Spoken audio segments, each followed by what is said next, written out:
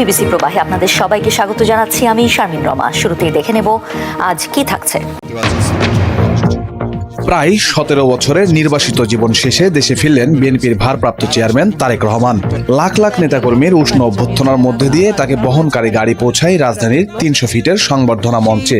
হাত নেড়ে শুভেচ্ছা জানান তারেক রহমান, রাখেন এক আবেগঘন বক্তব্য। সন্তান হিসাবে আমার মন আমার মায়ের বিছানার পাশে পড়ে আছে সেই হাসপাতালের ঘরে, কিন্তু সেই মানুষটি যাদের জন্য জীবনকে উৎসর্গ করেছে, অর্থাৎ আপনারা এই মানুষগুলোকে যাদের জন্য দেশনেত্রী খালেদা জিয়া জীবন উৎসর্গ করেছেন নিজের জীবন, সেই মানুষগুলোকে আমি কোনোভাবেই ফেলে যেতে পারি না। এবং সেজন্যই আজ হাসপাতালে যাবার আগে আপনাদের প্রতি সহ টেলিভিশনগুলোর মাধ্যমে যারা সমগ্র বাংলাদেশে আমাকে দেখছেন, আপনাদের সকলের কাছে কৃতজ্ঞতা প্রকাশ করার জন্য আজ আমি এখানে দাঁড়িয়েছি আপনাদের সামনে। 24 ডিসেম্বর বাংলাদেশ সময় রাত 12:15টার দিকে হিথ্রো বিমানবন্দর থেকে বিমান বাংলাদেশ এয়ারলাইন্সের নিয়মিত বাণিজ্যিক ফ্লাইটে ঢাকার উদ্দেশ্যে যাত্রা করেন তারেক রহমান। তার সঙ্গে এসেছেন স্ত্রী ডাক্তার জুবাইদা রহমান ও কন্যা ব্যারিস্টার জাইমা রহমান। বাদ পড়েনি জাইমা রহমানের পোষা বিড়াল জেবুও। হিথ্রো ত্যাগের সময় বিমানে বসা একটি ছবি শেয়ার করেন তারেক রহমান। ছবির ক্যাপশনে লেখেন ফেরা।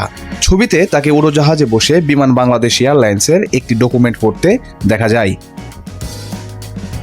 সকাল 10টার দিকে তারেক রহমানকে বহনকারী উড়োজাহাজটি প্রথমে অবতরণ করে সিলেটের ওসমানী আন্তর্জাতিক বিমানবন্দরে। এর আগে 9:30টার দিকে যখন সেটি দেশের আকাশসীমায় প্রবেশ করে, তখন একটি ছবি পোস্ট করেন তিনি। ক্যাপশনে লেখেন, দীর্ঘ 6314 দিন পর বাংলাদেশের আকাশে। ওসমানী আন্তর্জাতিক বিমানবন্দরে প্রায় 1 ঘন্টার গ্রাউন্ড টার্ন অ্যারাউন্ড শেষে ঢাকার উদ্দেশ্যে যাত্রা করে উড়োজাহাজটি। দুপুর 12:15টার দিকে তারেক রহমান পৌঁছান শাহজালাল আন্তর্জাতিক বিমানবন্দরে। সেখানে তাকে স্বাগত জানান দলের মহাসচিব মির্জা ফখরুল ইসলাম আলমগীর সহ স্থায়ী কমিটির সদস্যরা। বিমানবন্দরে অবতরণের পর অন্তর্বর্তী সরকারের প্রধান উপদেষ্টা ডক্টর মোহাম্মদ ইউনূসের সঙ্গে কথা বলেন তিনি। নিরাপত্তা ও সার্বিক ব্যবস্থাপনার জন্য জানান কৃতজ্ঞতা। আপনার শরীর কেমন আছে? বিমানবন্দর চত্বরে বাগানে কিছুক্ষণ খালি পায়ে দাঁড়িয়ে মাটি স্পর্শ করেন তিনি। তুলে নেন এক মুঠো মাটি। দেশের প্রতি তার এই মমতা আবেগ আপ্লুত করে নেতাকর্মীদের। সবার আগে বাংলাদেশ স্লোগান সংবলিত একটি বিশেষ লাল রঙের বাসে 300 ফিটে বিকাল 4টার দিকে পৌঁছান তিনি। এই পর্যায়ে তার ফেসবুক থেকে শেয়ার করা হয় জনতার ঢলের একটি ভিডিও। ক্যাপশনে লেখা হয়, হে সার্বভৌম শক্তির মালিক আল্লাহ, আপনি যাকে ইচ্ছা ক্ষমতা প্রদান করেন আর যার থেকে ইচ্ছা ক্ষমতা কেড়ে নেন। যাকে ইচ্ছা আপনি সম্মানিত করেন আর যাকে ইচ্ছা আপনি হীন করেন। কল্যাণ আপনারই হাতে, নিশ্চয়ই আপনি সবকিছুর উপর ক্ষমতাবান। বক্তব্যকালে মার্টিন লুথার কিং এর উদাহরণ দেন তারেক রহমান। বলেন, I have a plan. Martin Luther king তার একটি বিখ্যাত ডায়লগ আছে, আই হ্যাভ এ ড্রিম। আজ এই বাংলাদেশের মাটিতে দাঁড়িয়ে আপনাদের সকলের সামনে আমি বলতে চাই, বাংলাদেশ জাতীয়তাবাদী দলের একজন সদস্য হিসাবে আপনাদের সামনে আমি বলতে চাই, I have a plan for the people of my country, for my country. আজ এই পরিকল্পনা দেশের মানুষের স্বার্থে, দেশের উন্নয়নের জন্য, দেশের মানুষের ভাগ্যের পরিবর্তনের জন্য যদি সেই প্ল্যান, সেই কার্যক্রম, সেই পরিকল্পনাকে বাস্তবায়ন করতে হয়, প্রিয় ভাই বোনেরা, এই জনসমুদ্রে যত মানুষ উপস্থিত আছেন, এই সারা বাংলাদেশে গণতন্ত্রের শক্তি যত মানুষ উপস্থিত আছেন, প্রত্যেকটি মানুষের সহযোগিতা আমার লাগবে। আপনাদের সামনে আমি বলতে চাই, I have a plan for the people of my country, for my country. এখানে তার বক্তব্যে মূল যে বিষয়টি তিনি নতুন করে বলেছেন, যেটি নেতাকর্মীদের মধ্যে বেশ আলোড়ন তুলেছে, সেটি হচ্ছে আই হ্যাভ এ প্ল্যান। তিনি যেটি বলেছেন যে তার একটি বাংলাদেশের জন্য, তার ভাষায় বাংলাদেশের মানুষের জন্য একটি পরিকল্পনা আছে এবং সেই পরিকল্পনা তিনি বাংলাদেশে বাস্তবায়ন করতে চান। এবং তার বক্তব্য প্রায় 15 মিনিটের একটু কম বেশি হয়েছে, খুব বেশি বড় বক্তব্য তিনি দেননি। এবং এই বক্তব্যের মধ্যে বারবারই তিনি একই কথা বলেছেন যে বাংলাদেশকে তিনি সবার সহযোগিতা নিয়ে গড়তে চান এবং এর জন্যই বিশেষ করে তরুণদের সহায়তা লাগবে। বিভিন্ন আধিপত্যবাদ শক্তির গুপ্তচরেরা বিভিন্নভাবে ষড়যন্ত্রে এখনই লিপ্ত রয়েছে। আমাদেরকে ধৈর্যশীল হতে হবে, আমাদেরকে ধৈর্য ধারণ করতে হবে। বিশেষ করে তরুণ প্রজন্মের যে সদস্যরা আছেন, আপনারাই আগামী দিন দেশকে নেতৃত্ব দিবেন, দেশকে গড়ে তুলবেন। এই দায়িত্ব তরুণ প্রজন্মের সদস্যদেরকে আজ গ্রহণ করতে হবে, যাতে করে এই দেশকে আমরা সুন্দরভাবে গড়ে তুলতে পারি। এই যে জনসমাগম এখানে হয়েছে, আমরা দেখেছি যে তারেক রহমানের গাড়িবহর যখন এই পূর্বাঞ্চলের 300 ফিট এলাকায় আসে, এরপর 300 ফিট এলাকার কুড়িল ফ্লাইওভারের যেই মোড়টি, সেখান থেকে মঞ্চ যেখানে রয়েছে সেই মঞ্চ পর্যন্ত যেতেই প্রায় 1.5 ঘন্টার মতো লেগেছিল। এই 1.5 ঘন্টার যাত্রাপথে এই 300 ফিট এলাকার দুই পাশেই অসংখ্য নেতাকর্মীরা দাঁড়িয়েছিলেন। তারা তারেক রহমানকে অভিবাদন জানিয়েছেন এবং তারেক রহমানও তাদেরকে হাত নেড়ে সেই অভিবাদন ফিরিয়ে দিয়েছেন। মঞ্চে ওঠার পরে আমরা দেখেছি যে শুধুমাত্র মির্জা ফখরুল ইসলাম আলমগীর তিনি ভাষণ দিয়েছেন এবং তার সংক্ষিপ্ত ভাষণের পরেই তারেক রহমান তার সংক্ষিপ্ত বক্তব্যটি দিয়েছেন।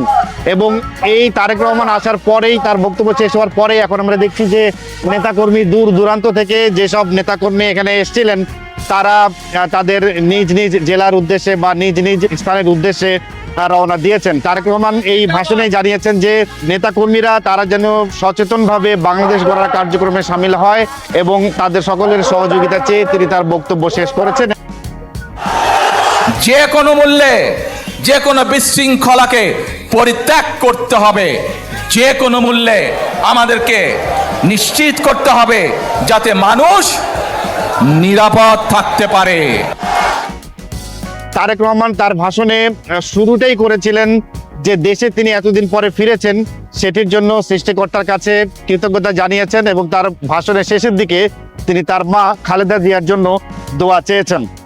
সব রাজনৈতিক দলের অংশগ্রহণ নিশ্চিত করে বাংলাদেশে অবাধ, সুষ্ঠু ও অন্তর্ভুক্তিমূলক নির্বাচন করার আহ্বান জানিয়ে প্রধান উপদেষ্টা ডক্টর মোহাম্মদ ইউনূসকে চিঠি দিয়েছেন 5 মার্কিন আইন প্রণেতা। চিঠির কোথাও উল্লেখ করা হয়নি আওয়ামী লীগের নাম, তবে জানানো হয়েছে একটি রাজনৈতিক দলের উপর নিষেধাজ্ঞা আরোপের ঘটনায় গভীরভাবে উদ্বিগ্ন তারা। চিঠিটি পাঠিয়েছেন মার্কিন প্রতিনিধি পরিষদের পররাষ্ট্র বিষয়ক কমিটির ranking member Gregory W Meeks এবং দক্ষিণ ও মধ্য এশিয়া বিষয়ক উপকমিটির চেয়ারম্যান বিল হুইংজেঙ্গা ও ranking member Sydney Kamlager dope.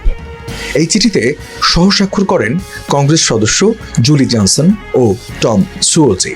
অর্থাৎ মোট 5 আইন প্রণেতা চিঠিটি পাঠিয়েছেন।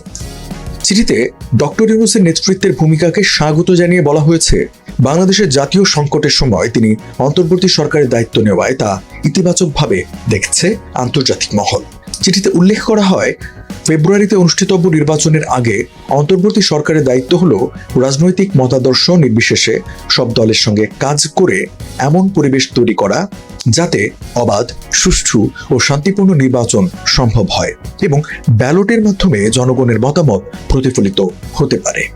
মার্কিন আইন প্রণেতারা চিঠিতে আরও জানান, রাষ্ট্রীয় প্রতিষ্ঠানগুলোর নিরপেক্ষতা ও বিশ্বাসযোগ্যতা ফিরিয়ে আনতে প্রয়োজনীয় সংস্কারও জরুরি। তবে এই 5 আইন প্রণেতার আশঙ্কা, কোনো রাজনৈতিক দলের কার্যক্রম স্থগিত করা হলে কঠিন হয়ে পড়বে এই লক্ষ্য অর্জন। অন্তর্ভুক্তিমূলক না হওয়ায় বাংলাদেশে 2018 ও 2024 সালের সাধারণ নির্বাচনগুলো অবাধ ও সুষ্ঠু ছিল না বলেও তুলে ধরা হয় চিঠিতে। আরও বলা হয়, আইনের যথাযথ প্রক্রিয়ার মাধ্যমে প্রকৃত অপরাধী বা গুরুতর মানবাধিকার লঙ্ঘনে জড়িত নির্দিষ্ট ব্যক্তিদের বদলে কোনো একটি রাজনৈতিক দলের কার্যক্রম পুরোপুরি স্থগিত করার সিদ্ধান্তে আমরা উদ্বিগ্ন।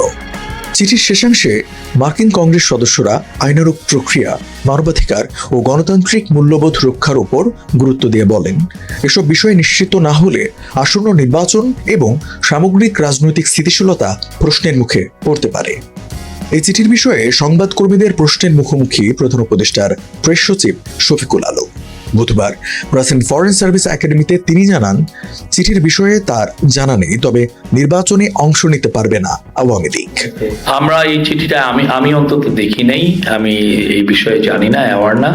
বাট আওয়ামী লীগের বিষয়ে আমাদের সরকারের অবস্থান স্পষ্ট যে আওয়ামী লীগের যেহেতু আওয়ামী লীগের অ্যাক্টিভিটিস ব্যান্ড আছে এবং আওয়ামী লীগের ইলেকশন কমিশন আওয়ামী লীগের পার্টি হিসেবে রেজিস্ট্রেশন স্ক্র্যাপ করেছে, বাদ দিয়েছে, তো সেই জন্য আওয়ামী লীগ এই ইলেকশনে পার্টিসিপেট করতে পারবে না। আন্তর্জাতিক অপরাধ ট্রাইব্যুনালে আওয়ামী লীগ ও তার নেতাদের বিচার সম্পন্ন না হওয়া পর্যন্ত দলটির যাবতীয় কার্যক্রম নিষিদ্ধ করেছে অন্তর্বর্তী সরকার। 10 মে অন্তর্বর্তী সরকারের উপদেষ্টা পরিষদের এক বিশেষ সভায় এই সিদ্ধান্ত হয়।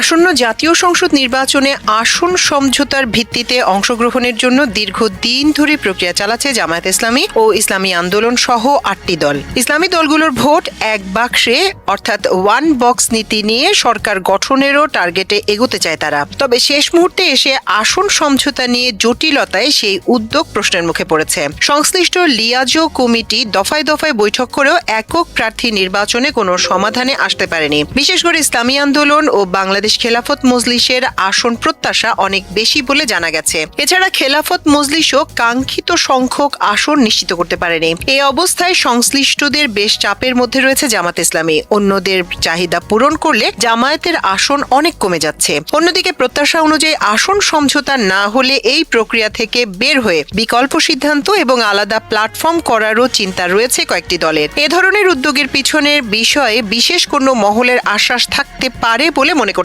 অনেকেই। তবে জামাত সহ সব দলই চায় সমঝোতার ভিত্তিতেই নির্বাচন হোক। এক্ষেত্রে জামাতকেই বেশি ছাড় দেওয়ার কথা বলছেন অন্যরা। আগামীকাল শনিবারের মধ্যে এ বিষয়ে শীর্ষ নেতাদের বৈঠকে সমাধানের আশা করছেন কেউ কেউ। আর এদিন সমাধান না হলে মনোনয়ন ফর্ম প্রত্যাহার পর্যন্ত অপেক্ষা করতে হবে বলে সংশ্লিষ্টরা জানিয়েছেন। এদিকে আসন সমঝোতা নিয়ে 8 দলের জটিলতার মধ্যে নতুন করে আলোচনায় এসেছে জাতীয় নাগরিক পার্টি এনসিপি। তাদেরও অন্তত অর্ধশত আসনের প্রত্যাশা রয়েছে। এছাড়া আরও কিছু দল যোগাযোগ করছে বলে জানা গেছে। সব মিলিয়ে জামাত সংশ্লিষ্ট এই নির্বাচনী সমঝোতা নিয়ে নতুন মেরুকরণ সৃষ্টি হয়েছে। তবে 8 দলের আসন সমঝোতার বিষয়ে ভালোভাবে এগোচ্ছে বলে জানিয়েছেন জামাত ইসলামী সহকারী সেক্রেটারি জেনারেল ও 8 দলের সমন্বয়ক ডক্টর হামিদুর রহমান আজাদ। তিনি বলেন, জামায়াতের কাছে তো কোনো আসন নেই, আসন সবার। 8 দলের সবাই ছাড় দেবে, সবাই মিলে ঐক্যবদ্ধভাবে নির্বাচনে যাব।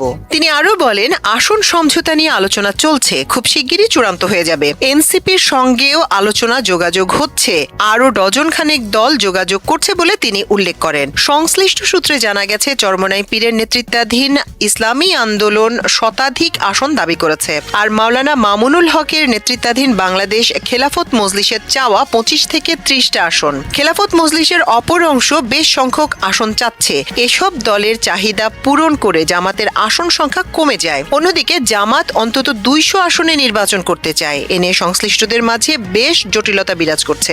সূত্র মতে একটি বিশেষ মহল থেকে ইসলামী আন্দোলন ও বাংলাদেশ খেলাফত মজলিসকে আলাদা করে নির্বাচনে অংশগ্রহণের পরামর্শ দেওয়া হতে পারে। এতে তাদের নির্ধারিত আসনে অতীতের পাতানো নির্বাচনের মতো জয়ের আশ্বাস দেওয়ার কথাও শোনা যাচ্ছে, যে কারণে এসব দল জামাতের সঙ্গ ত্যাগ করতে পারে। এমনই আভাস দিয়ে ইসলামী আন্দোলনের একজন সহকারী মহাসচিব জানান, তারা 120টি আসনে সমঝোতা করতে চেয়েছেন। এর মধ্যে শতাধিক আসন লাগবেই। তবে এনসিপি যুক্ত হলে জুলাই যোদ্ধাদের দল হিসেবে কিছুটা ছাড় দেয়া হবে। তিনি বলেন, বাংলাদেশ খেলাফত মজলিসকে 20টি, খেলাফত মজলিসকে 15টি, খেলাফত আন্দোলনকে 4 থেকে 5টি, নেজামে ইসলাম পার্টির 2 থেকে 3টি, জাগপা 1টি, বিডিপিকে 2টি আসন দিলেই হবে। সেক্ষেত্রে জামায়াত 150 আসন নিলে সমস্যা হবে না। আর তারা যদি 180 থেকে 190 আসনে অনড় থাকে তাহলে হিসাব ভিন্ন দিকে যেতে পারে। তবে ইসলামী আন্দোলনের মহাসচিব অধ্যক্ষ মাওলানা ইউসুফ আহমেদ বলেন, আসন সমঝোতার বিষয় নিয়ে আলোচনা এখনো চলছে। এনসিপিকে নিয়ে নতুন করে আলোচনা শুরু হয়েছে। আরো কিছু দল আসতে চাচ্ছে। এসব বিষয় নিয়ে আলোচনার জন্য একটু সময় লাগছে।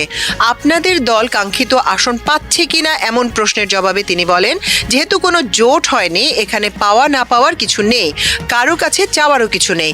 কাকে কোথায় দিলে ভালো হয় সেই বিষয়গুলি নিয়ে আলোচনা হচ্ছে। সবকিছু সমঝোতার ভিত্তিতেই হচ্ছে, এখনো কোনো জটিলতা হয়নি। অন্য কোনো চিন্তাও স্পষ্ট হয়নি।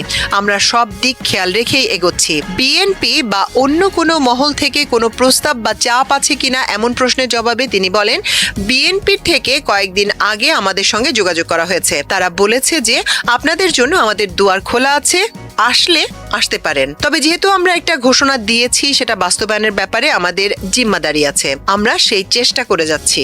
সমঝোতা নিয়ে কিছুটা অনিশ্চয়তার কথা জানিয়ে বাংলাদেশ খেলাফত মজলিসের এক শীর্ষ নেতা বলেন, আমরা 8 দলের আসন সমঝোতা ও ঐক্য অটুট রাখতে চাই, তবে তা অবশ্যই আমাদের দলের সম্মান মর্যাদা বজায় রেখে। এজন্য জামাতকেই বেশি ছাড় দিতে হবে। সম্মানজনক আসন না পেলে বিকল্প চিন্তা করা হবে বলেও তিনি উল্লেখ করেন। সূত্র মতে এখন পর্যন্ত দলটির কাঙ্ক্ষিত আসনের 60 ভাগের মতো পূরণ বা সমাধান হয়েছে। অন্তত 80 ভাগ পূরণ হলে সম্মানজনক হবে বলে মনে করছে সংশ্লিষ্টরা। এ বিষয়ে দলের মহাসচিব মাওলানা জালালউদ্দিন আহমেদ বলেন, প্রত্যেকটা দলের আসন সংখ্যার চাওয়া পাওয়ার সমান করা নিয়ে দেরি হচ্ছে। আমরা চাই সুষ্ঠু ও সম্মানজনক একটা সমাধান হোক। 2-1 দিনের মধ্যেই এ নিয়ে শীর্ষ নেতাদের বৈঠক হবে বলেও তিনি উল্লেখ করেন। তবে শেষ পর্যন্ত আসন সমঝোতা নিয়ে প্রত্যাশার কথা জানিয়েছেন খেলাফত মজলিসের মহাসচিব ডক্টর আহমেদ আব্দুল কাদের। তিনি বলেন, আসন সমঝোতা নিয়ে এখনো চূড়ান্ত কিছু হয়নি, আলোচনা চলছে। তবে সবাই তাদের কাঙ্ক্ষিত আসন চায়, আবার ঐক্যটাও ধরে রাখতে চায়। তাই এই ঐক্য ভাঙার কোনো আশঙ্কা আছে বলে মনে হয় না। কিছু জটিলতা থাকলেও ঐক্য অটুট, এমনকি আরো বড় পরিসরে হতে পারে। বিএনপি বা অন্য কোনো মহলের প্রস্তাব বা চাপ আছে কিনা এমন প্রশ্নের জবাবে তিনি বলেন, আগে দেয়া হয়েছিল, এখনো কোনো প্রস্তাব পায়নি। অন্য কোনো দলও এই ঐক্য থেকে বেরিয়ে যেতে চাচ্ছে বলে মনে হয় না। তবে এ নিয়ে কিছু গুজব আবার উস্কানি দেয়া হচ্ছে বলে তিনি উল্লেখ করেন। ভোট শুধু একটি কাগজ নয়, এটি একজন নাগরিকের অধিকার, তার কণ্ঠস্বর এবং দেশের সঙ্গে সংযুক্ত থাকার সবচেয়ে শক্তিশালী সেতু। দেশের মাটিতে দাঁড়িয়ে ভোটাধিকার প্রয়োগ যতটা সহজ, হাজার হাজার কিলোমিটার দূরে বসবাসকারী প্রবাসীদের জন্য তা ঠিক ততটাই কঠিন। বর্তমানে প্রায় 1,60,00,000-এর বেশি বাংলাদেশি বিশ্বজুড়ে প্রবাসী হিসেবে ছড়িয়ে ছিটিয়ে রয়েছেন। মধ্যপ্রাচ্য থেকে ইউরোপ, আফ্রিকা থেকে আমেরিকা। এই বিশাল জনগোষ্ঠী রেমিটেন্সের মাধ্যমে দেশের অর্থনীতির অন্যতম চালিকা শক্তি। কিন্তু ভোটাধিকার প্রয়োগের বেলায় এই বিপুল সংখ্যক প্রবাসীরা উপেক্ষিতই থেকে যান সবসময়। শুধু সংযুক্ত আরব আমিরাতেই প্রায় 12 লাখের উপরে বাংলাদেশি প্রবাসী বসবাস করেন। দিনরাত পরিশ্রম করে যারা দেশের উন্নয়নে অবদান রাখছেন। নির্বাচনের সময় তারাই হয়ে পড়েন নীরব দর্শক। প্রবাসে থাকলেও দেশের রাজনীতি, নেতৃত্ব ও ভবিষ্যৎ নিয়ে যাদের ভাবনা কখনোই থেমে থাকে না। আমরা প্রবাসীরা কখনো ভোট দিতে পারতাম না। তো এখন যেহেতু একটা ওয়ে আমাদের জন্য তৈরি হয়েছে, এটা প্রবাসীদের পক্ষ থেকে আমি সরকারকে অবশ্যই ধন্যবাদ জানাই যে আমাদেরকে অধিকার দিয়েছে যে আমরা ভোট দিতে পারবো। এমন একটা সময় গেছিল যে আমাদের কোনো অধিকারই ছিল না। প্রবাসীদেরকে কামলা বলে যাদেরকে উদ্দেশ্য করে কথা বলা যে আমরা বিদেশে যাবো শুধু কাজ করার জন্য, কামলা দেব, টাকা দেশে পাঠাবো, এটাই ছিল তাদের পরিভাষা। এবং পূর্বের রাজনীতিবিদ যারা ছিলেন তারা এগুলা আমাদেরকে মন্তব্য করতেন। তো এখন আলহামদুলিল্লাহ আস্তে আস্তে করে আশা করি যাদের মাধ্যমে আজকে প্রবাসীরা তাদের অধিকার ফিরে পাচ্ছে এবং আশা করি পরিপূর্ণরূপে প্রবাসীরা তাদের অধিকারটা ফিরে পাবে। এই বাস্তবতায় পোস্টাল ব্যালট প্রবাসীদের জন্য শুধু একটি ভোটিং পদ্ধতি নয়, এটি একটি আশা। এই ব্যবস্থার মাধ্যমে হাজার মাইল দূরে থেকেও একজন প্রবাসী নাগরিক তার দেশের গণতান্ত্রিক প্রক্রিয়ায় অবদান রাখতে পারেন। ধরা যাক, সংযুক্ত আরব আমিরাতে থাকা 12 লাখ প্রবাসীর মাত্র অর্ধেক যদি ভোটাধিকার প্রয়োগ করতে পারেন, তাহলে সেটি দাঁড়ায় 6 লাখ ভোট, যা বহু সংসদীয় আসনের ফলাফল বদলে দেওয়ার জন্য যথেষ্ট। এই সংখ্যা প্রমাণ করে প্রবাসী ভোট শুধু প্রতীকী নয়, এটি বাস্তব রাজনৈতিক প্রভাব রাখার সক্ষমতা রাখে। সংযুক্ত আরব আমিরাতে বসবাসরত এই বৃহৎ সংখ্যক প্রবাসীদের পোস্টাল ব্যালট সম্পর্কে সচেতন করতে বাংলাদেশ কনস্যুলেট দুবাই বিভিন্ন প্রকার কর্মসূচির সিদ্ধান্ত নিয়েছেন। দূতাবাস এবং কনস্যুলেট এই বিষয়ে ব্যাপক প্রচারণা চালিয়েছে। ইতিমধ্যে আমরা আমাদের দুবাই কনস্যুলেটে একটি প্রচারণামূলক সভাও করেছি, যেখানে আমরা এই পোস্টাল ব্যালট যে অ্যাপের মাধ্যমে নিবন্ধন এবং কিভাবে ভোট দেওয়া যায় সেই বিষয়ে জনগণকে সচেতন করেছি এবং মানুষকে উৎসাহ দিয়েছি যাতে অধিক সংখ্যক হারে তারা নিবন্ধিত হয় এবং ভোট প্রদান করে। দুবাই কনসুলেটে একটি বিশেষ হেল্প ডেস্ক চালু করেছি এই পোস্টাল ব্যালট ভোটিংয়ের নিবন্ধন প্রক্রিয়াকে সহায়তা করার জন্য। যে সমস্ত প্রবাসী ভাইয়েরা নিবন্ধন প্রক্রিয়ায় নিবন্ধন করতে গিয়ে নানা ধরনের কারিগরি বা তথ্যগত বা বুঝতে না পারা এই ধরনের সমস্যায় পড়ছেন, তারা কনসুলেটের এই বিশেষ হেল্প ডেস্কে এসে যে কোনো সময় এই সহযোগিতাটা নিতে পারেন, যে কোনো কর্মদিবসে এসে এই সহযোগিতাটা নিতে পারেন। পাশাপাশি আপনারা জানেন যে আমাদের বিভিন্ন আমিরাতে আমরা কনসুলেট বিশেষ কনসুলার ক্যাম্প চালু করে। আমরা সামনের সপ্তাহে এই উইকেন্ডে আমাদের শারজা এবং আজমানে দুটো কনসুলার ক্যাম্প আছে এবং সেখানে আমরা কনসুলেট থেকে বিশেষ টিম পাঠাচ্ছি যারা ওই কনসুলার ক্যাম্পে যারা সেবা নিতে আসবে বা যারা এমনিও ওই কনসুলার ক্যাম্পে এসে পোস্টাল ব্যালট সম্পর্কে যদি কোনো সহযোগিতার প্রয়োজন হয় সেই সহযোগিতাটুকু নিতে পারবে। প্রবাসীদের চোখে পোস্টাল ব্যালট মানে আবারও দেশের সঙ্গে যুক্ত হওয়া, শুধু আবেগে নয়, সাংবিধানিক অধিকার হিসেবেও নিজেদের পূর্ণ নাগরিক হিসেবে অনুভব করা। তবে পোস্টাল ব্যালট নিবন্ধনের ক্ষেত্রে অনেকেই সম্মুখীন হচ্ছেন বিভিন্ন প্রকার জটিলতার। বাংলাদেশ কনসুলেট, বাংলাদেশ সমিতিগুলো তাদের একটা হেল্প ডেস্ক চালু করছে, তবে এটা শেষের দিকে, আর মাত্র 25 তারিখ, মানে আর মাত্র 5 থেকে 6 দিন সময় বাকি। শুরু থেকে এটা করা হলে আমার মনে হচ্ছে আরো ভালো কিছু হতো এবং আমি আশা করব এই টাইমটা আরো যাতে এক্সটেনশন করা যায়। এক্সটেনশন করলে হয়তো আমরা আরো কিছু প্রবাসী এটাতে শরিক হতে পারবো। এখানে এমিরেটস বাংলাদেশের ভোটার আইডি, যেটা ভোটার আইডিটা জরুরি হচ্ছে। আমাদের ভোটার আইডি কিন্তু ফিজিক্যালি অনেকের কাছে এখানে নাই। আবার যখন আপনি ফটোকপি দিয়ে করতেছেন, ফটোকপি অনেক সময় অ্যাকসেপ্ট করতেছে না। সব মিলিয়ে এটা বিশাল একটা জটিলতার বিষয় হয়ে গেছে এবং অনেক কম সংখ্যক প্রবাসী, 12 লক্ষের অধিক প্রবাসীর মধ্যে অনেক কম সংখ্যক প্রবাসী এটাতে পোস্টাল বোর্ডিং এ পর্যন্ত অ্যাড হতে পেরেছে। পাসপোর্টে একরকম তথ্য, আপনার ভোটার আইডি কার্ডে একরকম তথ্য, দুই জায়গায় ভিন্ন তথ্য। এটা যদি বলে থাকি, আমি নিজে যে বক্তব্য দিচ্ছি, আমার পাসপোর্টে আমার নেম হচ্ছে মোহাম্মদ, MOHAMMED মোহাম্মদ, কিন্তু আমার ভোটার আইডি কার্ডে আমার নাম ওখানে MD, এবং আমার জন্ম নিবন্ধনে এটা আরেক রকম। তো বাংলাদেশ সরকার যদি একটা সেন্ট্রালাইজ একটা জিনিসকে ধরে যদি কাজ করে, তাহলে পাসপোর্ট ভুল হওয়ার সুযোগ নেই। সুতরাং যখন এই সমস্যা নিয়ে ইমিগ্রেশনে যাওয়া হয়, ইমিগ্রেশন সব সমস্যার সমাধান করলেও যাদের ডেট অফ বার্থ চেঞ্জ, তাদের বিচার ক্ষেত্রে তারা দারুণভাবে জটিল একটা প্রবলেমে পড়ে যান এবং অনেক সময় ভিসা লাগাতে পারেন না, অবৈধ থেকে যেতে হয়। সুতরাং সরকারকে বলবো, এই জিনিসগুলা একদম গোড়া থেকে যদি সমাধান না করে, তাহলে যুগে যুগে যে প্রবলেমটা থেকে গেছে এটা যুগ যুগ থেকে যাবে। পোস্টাল ব্যালট হলো দেশের ভবিষ্যৎ নির্ধারণে নিজেদের অবদান রাখার সুযোগ। তবে প্রবাসীরা চান এই মৌলিক অধিকার নিশ্চিত হওয়ার সাথে সাথে নির্বাচিত সরকার তাদের অন্যান্য সুযোগ সুবিধার দিকেও একটু দৃষ্টি দেবেন।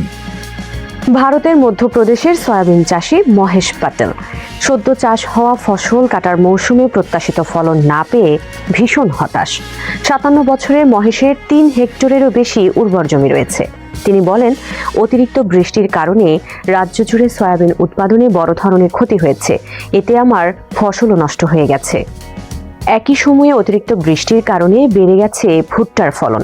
সয়াবিনের পাশের জমিগুলোতে উৎপাদিত এই ভুট্টার দাম পড়ে গেছে অতিরিক্ত ফলনের কারণে। তবে প্যাটেলের মতো কৃষকদের সামনে আরও বড় ও গুরুতর সমস্যা রয়েছে, আর তা হলো পশুপালন ও মানুষের খাদ্য হিসেবে ব্যাপকভাবে ব্যবহৃত এই দুটি কৃষিজ পণ্য ভারত ও যুক্তরাষ্ট্রের মধ্যে চলমান বাণিজ্য আলোচনার গুরুত্বপূর্ণ বিষয় হয়ে উঠেছে।